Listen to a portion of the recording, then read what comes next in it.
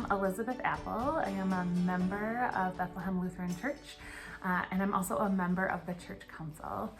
When I was invited to share my thoughts on this week's scripture, I was very nervous. I kept thinking of all of the reasons that I should not be sharing the scripture this week. What do I know about this sort of thing?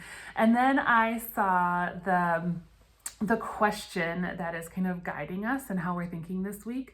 And it is, how do we show up and try instead of sitting around overthinking things? And I thought, well, this would be my chance.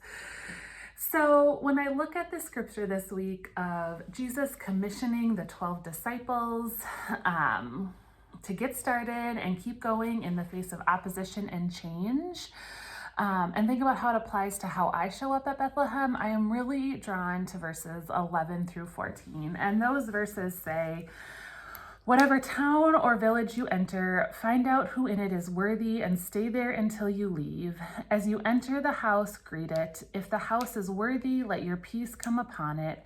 But if it is not worthy, let your peace return to you. If anyone will not welcome you or listen to your words, shake off the dust from your feet as you leave that house or town."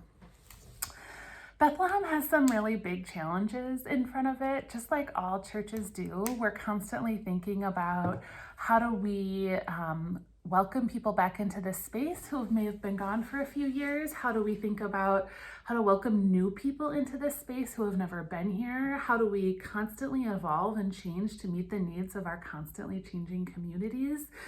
And these are big questions that don't have obvious or clear answers. We can't just work hard and figure out the right answer and get the check mark or the A+. And I think that's really scary when we're talking about making changes or doing new things at church in this space that is so important and so ingrained in so many people's lives. And what if we mess it up? What if we do something wrong? But then I think about what Jesus might say and what he was telling his disciples. He said, shake it off and keep moving. And I think about what we should do as a church when we're trying to make changes or do something different. How we should try something new or try something different, and it might not be perfect and we might do it wrong, but what can we learn from it, and how do we keep moving quickly and change and do the things that we want to be doing? I think staying the way that we've always been, just because we're scared of doing things wrong, is not going to serve us well in the long run. So that's what drew me to the scripture today, is the shake it off and keep moving.